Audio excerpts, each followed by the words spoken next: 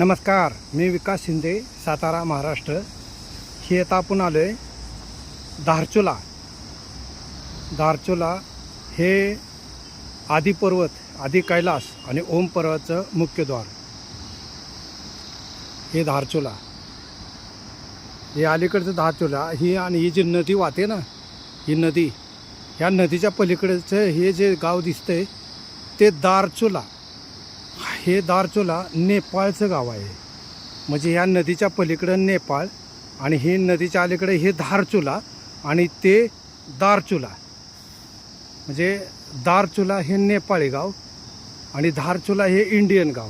आणि ही जी त्या दोन्हीच्या मधून जे वाहते ती ही काली नदी,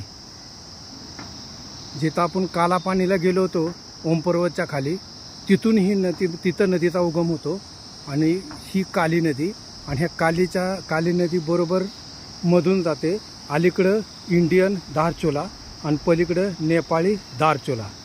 ओके, धन्यवाद.